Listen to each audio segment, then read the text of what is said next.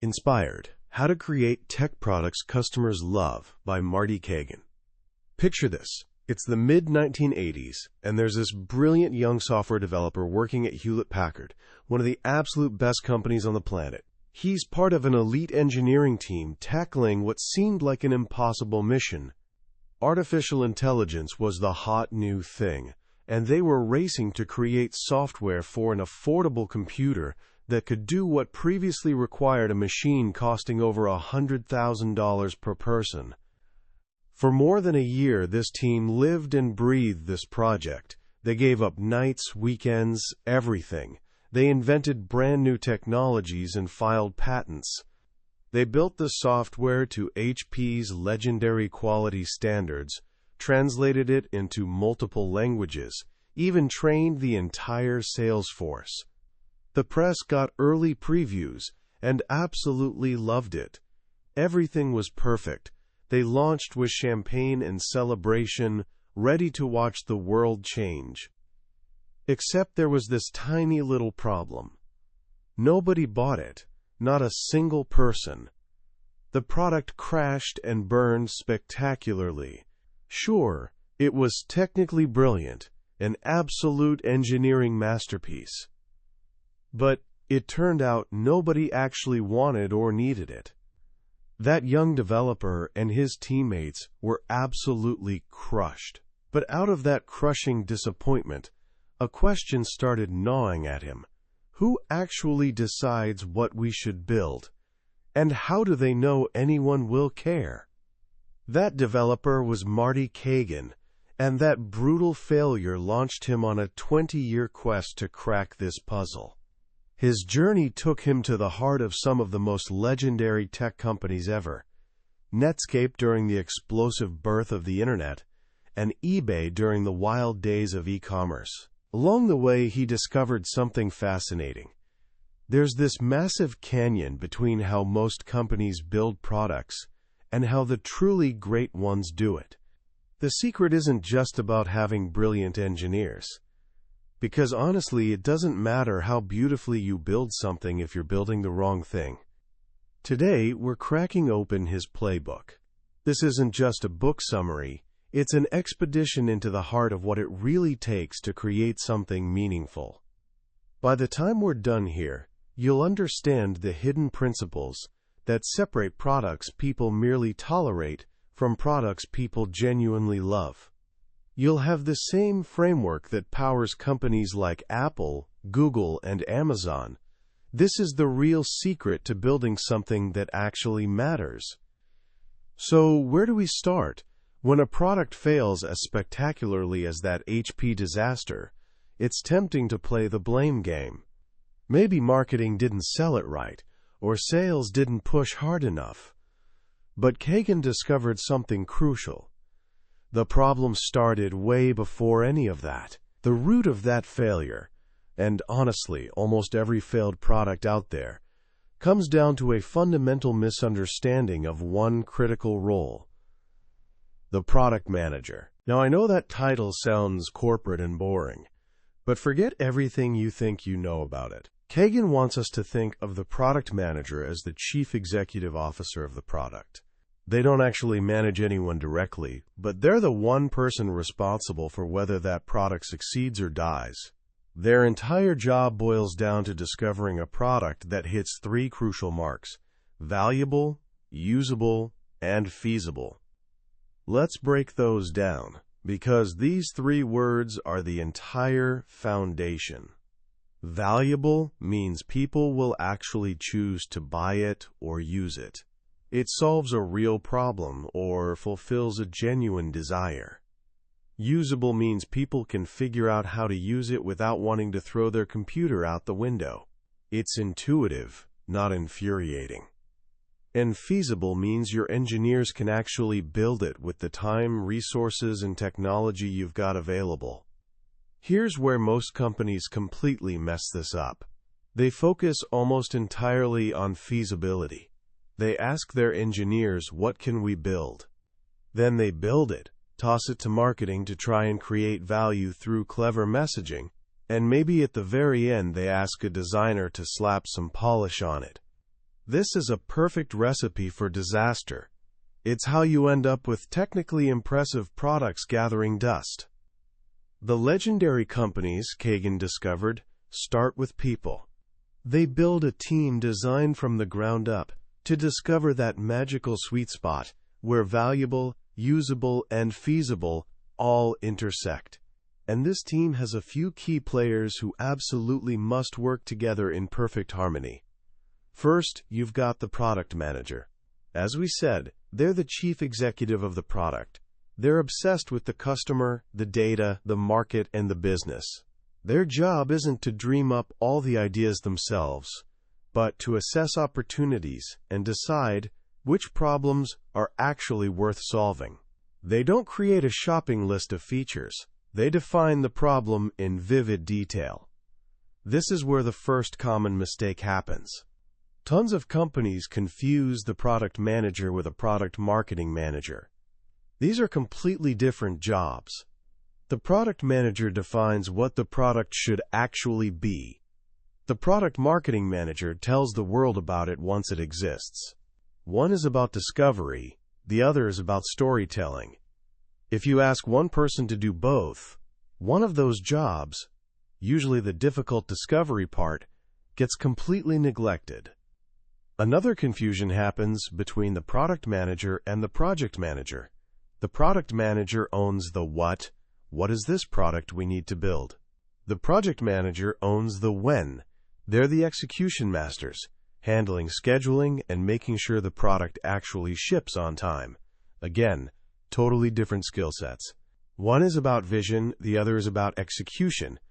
But here's the thing, the product manager can't do their job alone. They need two absolutely critical partners, and this is where the real magic happens. They need an interaction designer and an engineer, specifically a lead engineer or architect. Cagan calls this trio the heart of product discovery.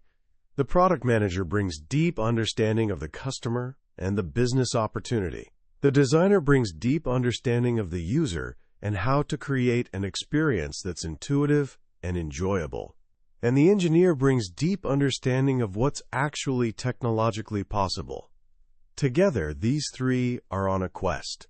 They're not just writing down requirements in a document somewhere. They're exploring, experimenting, and iterating to find a solution that checks all three boxes: valuable, usable, and feasible. Think of it this way.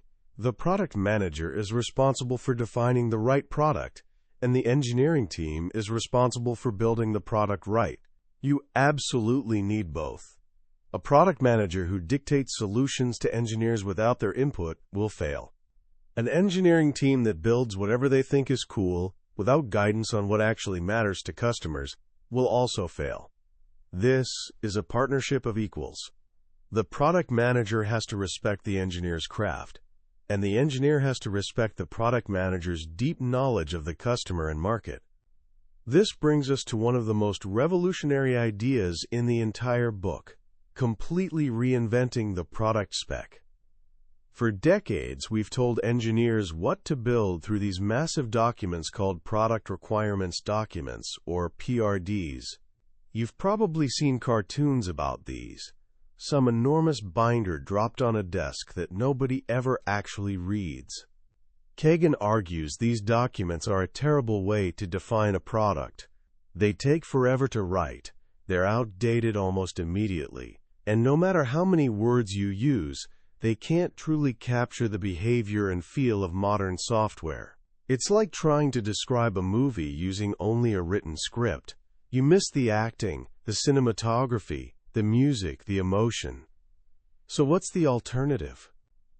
A high-fidelity prototype. This becomes your new product spec. Instead of a 100-page document, you create a realistic, clickable, interactive model of the product. It looks and feels like the real thing, but it's just a simulation. The back end isn't real, the data is fake, but the user experience is completely there. Why is this so much better? 3 massive reasons.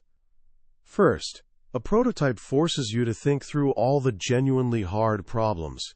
When you're just writing a document, It's easy to be vague and hand-wavy. But when you have to actually design each screen, decide where every button goes, and map out every user flow, you're forced to make hundreds of small decisions that you would have otherwise pushed off until later. It forces absolute clarity. Second, and this is the most important part, a prototype can be tested with real users. You can't test a document, but you can put a prototype in front of someone from your target market and watch them use it. You can see exactly where they get confused. You can see if their eyes light up with excitement or if they just shrug with indifference. This is how you discover if your idea is valuable and usable before you write a single line of production code. This is how you avoid spending a year building something nobody wants. Third, a prototype is hands down the best way to communicate to engineers what they need to build. There's no ambiguity. They can click through it, see exactly how it's supposed to behave, and understand the user experience in a way that words on a page could never convey. It also gives them a much better foundation for estimating how long the build will take. This leads us to the absolute heart of the process section, the concept of product discovery. Cagan argues that building a product has two completely distinct phases. The first is discovery, and the second is execution. Discovery is all about figuring out what to build. It's creative, often messy, full of iterating on prototypes and testing them with users until you have evidence, real, solid evidence, not just someone's opinion, that you've found something valuable, usable, and feasible. Only once you have that validated prototype do you move into execution. Now the mission completely changes.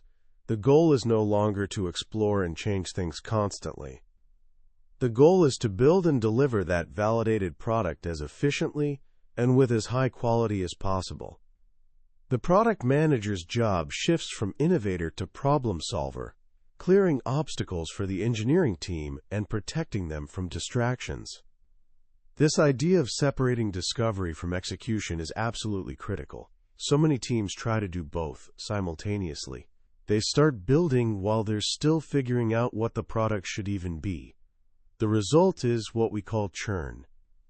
Requirements keep changing, engineers get frustrated, and the project takes forever. By doing the discovery work up front with a small team and a lightweight prototype, you save the entire engineering organization from months of wasted effort. You're using one or two people for a few weeks to do work that most companies use their entire engineering team 6 months to do. The difference in cost and speed is staggering. So how do you actually do this discovery work? How do you test your prototype? Cagan provides a simple but powerful guide to what he calls prototype testing. You don't need some fancy lab with two-way mirrors. You just need a laptop and a real person from your target market. He suggests finding about 6 to 8 people for a round of testing. Your goal is twofold. First, usability. Can they figure out how to use your product to accomplish key tasks? You give them a task, like find a red sweater under $50, and then you do the absolute hardest thing in the world. You shut up. You watch them. You see where they click, where they hesitate, where they get frustrated. You learn to suppress that overwhelming urge to help them. You're not testing the person, you're testing the prototype. The second goal is value. Do they even care? After they've used it, you can ask questions. Is this something you would actually use? How is this better than what you use today? And his favorite question, borrowed from the Net Promoter Score. On a scale of 0 to 10, how likely would you be to recommend this product to a friend? You do this, and you'll learn more in 1 day than you would in 6 months of internal meetings. The prototype will get torn to shreds. Your assumptions will be proven completely wrong. And that is absolutely beautiful. Because now you can go back, update the prototype, which only takes a few hours or days, and test it again. You repeat this cycle until you consistently see users succeeding at tasks and expressing genuine enthusiasm for the product. Now you have a spec, actually worth building. Now you have evidence. This discovery process isn't just for brand new products. It's also the key to improving existing ones. Most companies improve products by just piling on more features. They listen to the loudest customers or the highest paid salesperson and just add more and more functionality. The result is a bloated, complicated mess that nobody actually likes. Cagan says this is entirely the wrong approach. Improving a product isn't about adding features. It's about improving metrics. You have to know what you're trying to achieve. Are you trying to increase the number of people who sign up? Reduce the number who abandon their shopping cart? Increase engagement time? Your job as a product manager is to be obsessed with these numbers. You use site analytics, user testing, and data to understand where the product is failing to meet its goals. Then you use the same discovery process, prototyping and testing, to find solutions that will actually move the needle on those metrics. Maybe the solution is a new feature, but maybe it's simplifying the user experience, rewriting confusing text, or just making the page load faster. You let the data and user testing guide you, not the feature requests. This brings us to the final part of Cagan's framework, the product itself. What are the characteristics of those truly inspiring products? Here, he turns to one of the greatest product companies of all time, Apple. What does Apple understand that so many others completely miss? Cagan argues it comes down to a hierarchy of needs. At the base level, the hardware serves the software. Unlike most hardware companies that build a device and then figure out what software to put on it, Apple starts with the user experience they want to create, and then invents whatever hardware is necessary to enable it. The multi-touch screen on the iPhone wasn't created just to be cool. It was created to serve the software experience. The next level up is that the software serves the user experience. Apple is absolutely relentless about usability, interaction design, and visual design. They understand that how a product works is just as important as what it does. They'll spend years refining an experience to make it feel effortless and intuitive. But the highest level, Apple's true secret sauce, is that the user experience serves the emotion. People buy and use products for emotional reasons. We rarely think about it this way in the tech world, but it's absolute truth.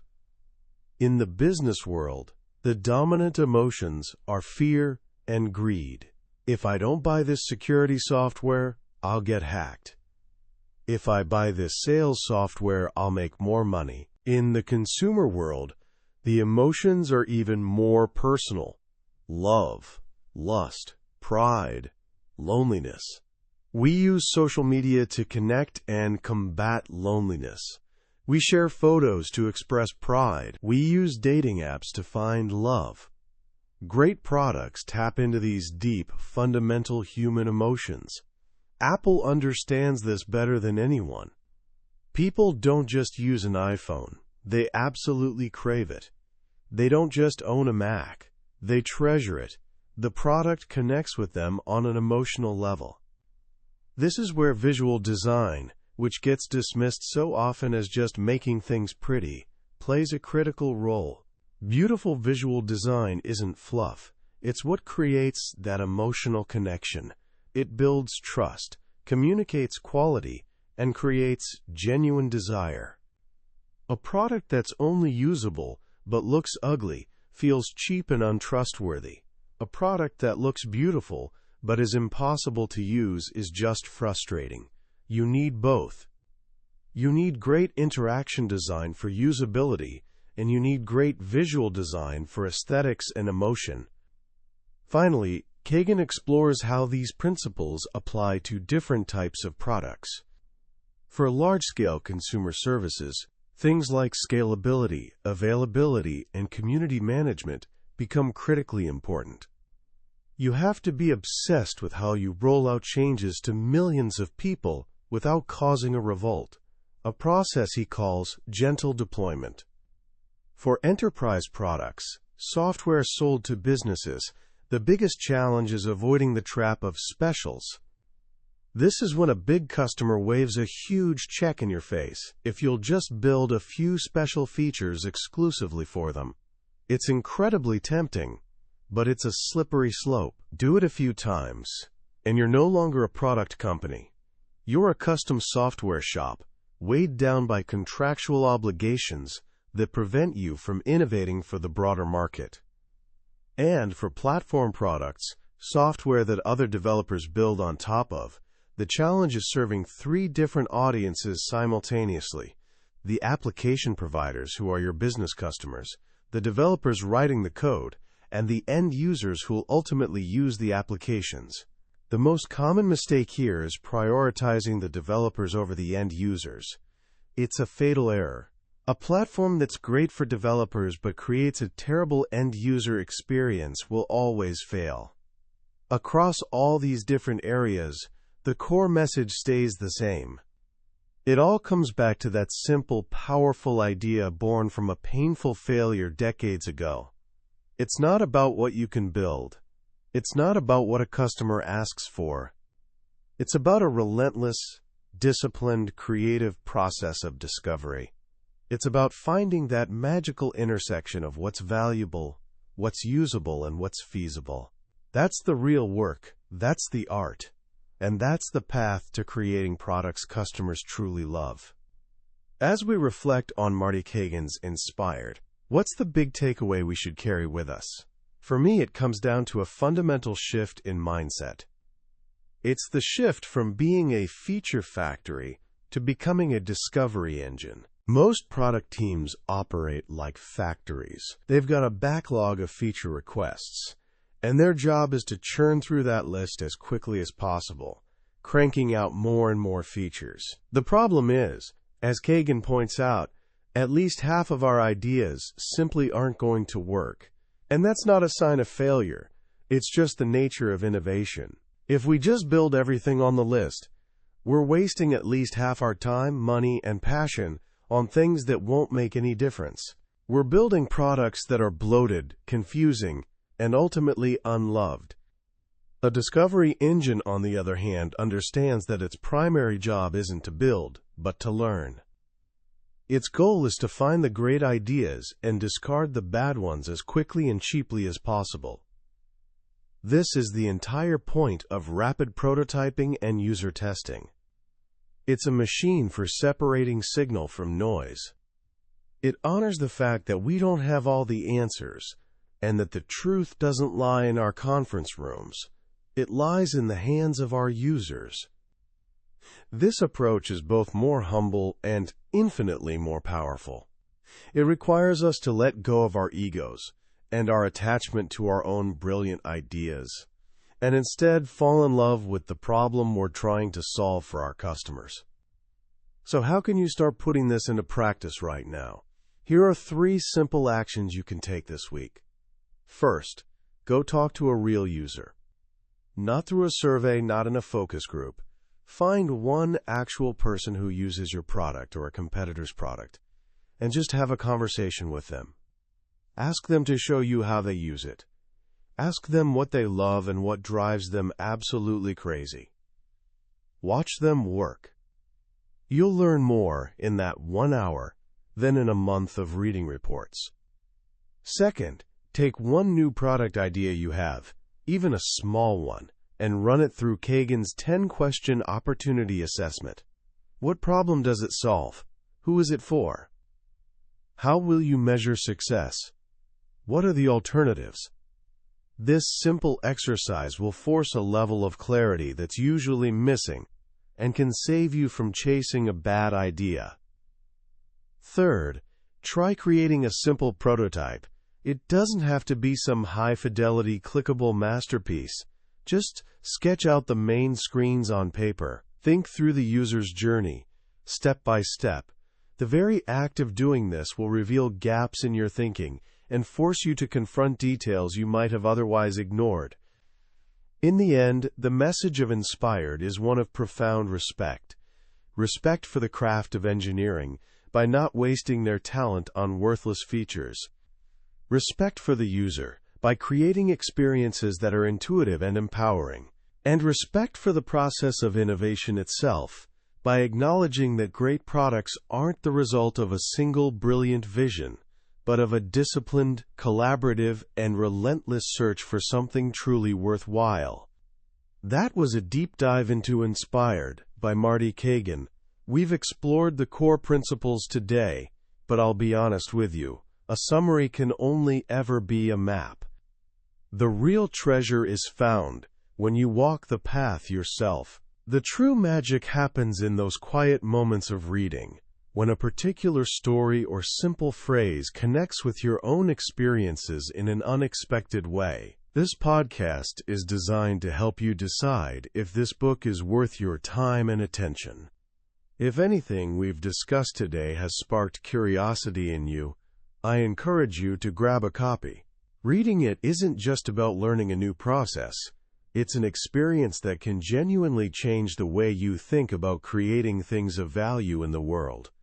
The link to the book is in the description. Also, if you found this journey valuable, please take a moment to click that like button and subscribe to the channel. It lets us know we're on the right track and ensures you won't miss our next exploration into another life-changing book from the billionaire's bookshelf. Let's keep learning and growing together.